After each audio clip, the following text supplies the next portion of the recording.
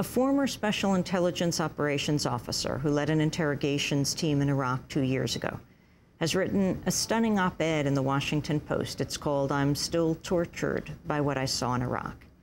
In it, he details his direct experience with torture practices put into effect in Iraq in 2006. He conducted more than 300 interrogations and supervised more than 1,000, and was awarded a Bronze Star for his achievements in Iraq. In the article, he says torture techniques used in Iraq consistently failed to produce actionable intelligence, and that methods outlined in the U.S. Army Field Manual, which rest on confidence building, consistently worked and gave the interrogators access to critical information. He writes, quote, "My team of interrogators had successfully hunted down one of the most notorious mass murderers of our generation, Abu Musab al-Zarqawi, the leader of al-Qaeda in Iraq and the mastermind of the campaign of suicide bombings that had helped plunge Iraq into civil war. But instead of celebrating our success, my mind was consumed with the unfinished business of our mission, fixing the deeply flawed, ineffective, and un-American way the U.S. military conducts interrogations in Iraq. I'm still alarmed about that today," he writes. He goes on to say that the number of Americans killed in Iraq because of the U.S. military's use of torture is more than 3,000.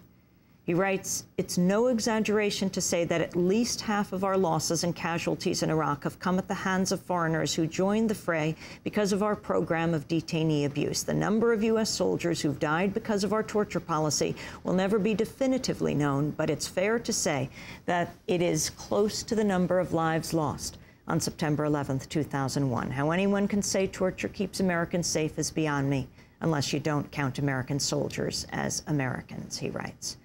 Well, the former interrogator has just written a new book. It's called "How to Break a Terrorist: The U.S. Interrogators Who Use Brains, Not Brutality, to Take Down the Deadliest Man in Iraq." The publication date for the book was delayed for 6 weeks due to the Pentagon's vetting of it. The soldier is writing under a pseudonym, Matthew Alexander, for security reasons. He joins us now in our Firehouse studio. In one of his first national broadcast interviews, we welcome you to Democracy Now! Thanks for having me. It's good to have you with us. Why don't you want to use your name? It's just basic security concerns. You know, al-Qaeda has promised reprisals for the killing of Zarqawi. So it's just to protect myself and my family. But, you know, after the death of Zarqawi, the response was actually, I thought, quite limited. It was less than what I would expect, and I think it goes to show how much even people within his own organization disliked him. Why was it so hard to get your book out of the Pentagon? I mean, you've got the book, you have to hand it in to be vetted, but they wouldn't release it.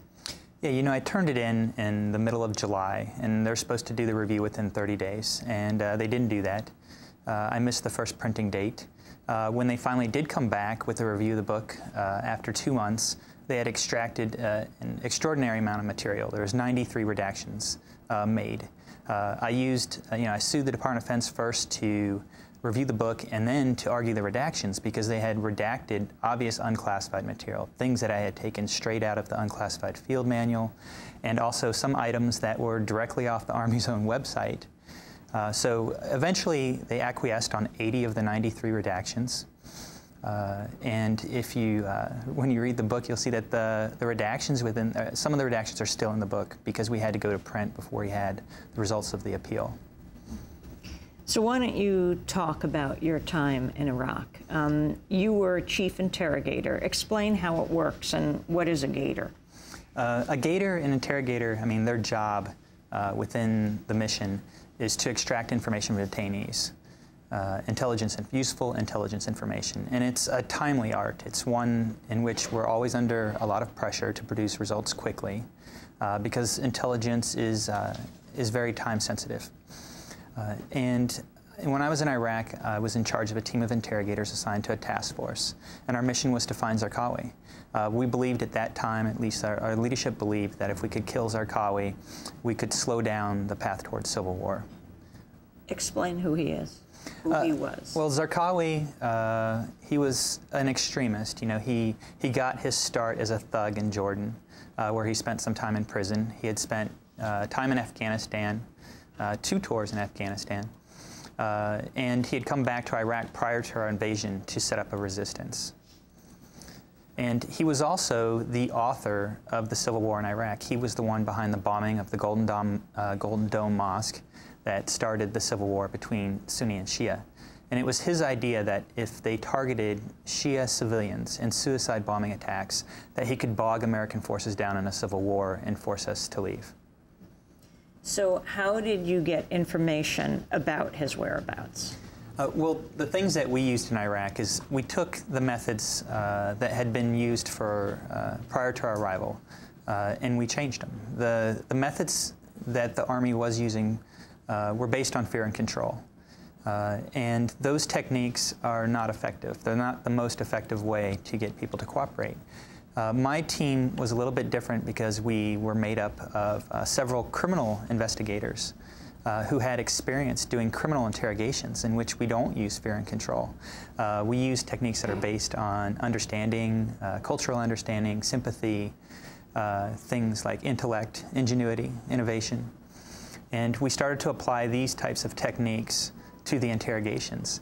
And ultimately, we were able to put together a string of successes within the al-Qaeda organization that led to Zarqawi's location. What does that mean, sympathy, those kind of using that approach? Let me just give you one example out of the book. Let's go to the example where I convince one of Zarqawi's associates to give up a path towards Zarqawi.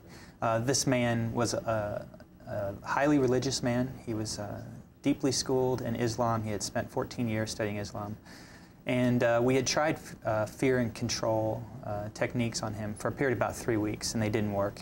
He had maintained that he had nothing to do with al-Qaeda. What do you mean fear and control?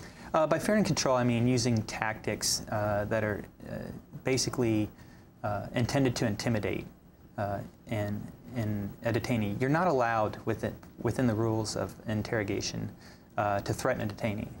But there's ways to create fear without threatening a detainee. And those methods, although legal, are not most effective. The methods what are they? How do you inspire fear? You can inspire fear by, you can state what are the consequences for someone's actions. You can say you're going to kill them if they don't talk? You can't say that you're going to kill somebody if they don't talk. What you can say is you can state what are the punishments for a certain crime, and if that person's been involved in that crime, then the point will get across. I think that the JAGs, the military lawyers, the terms that they use is you can't put the dagger on the table. Now, if you look at the way we do criminal interrogations in the United States, you can certainly tell a criminal suspect what are the consequences for a crime that they've committed or that you suspect they've committed. So that, I think, is a permissible, an ethical way to conduct an interrogation. However, it's not the most effective.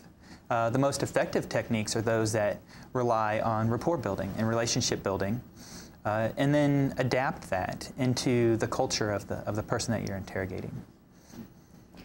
So talk now, moving from fear to what you did.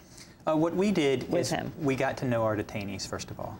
You can't effectively build a relationship with somebody and convince them to cooperate unless you know them.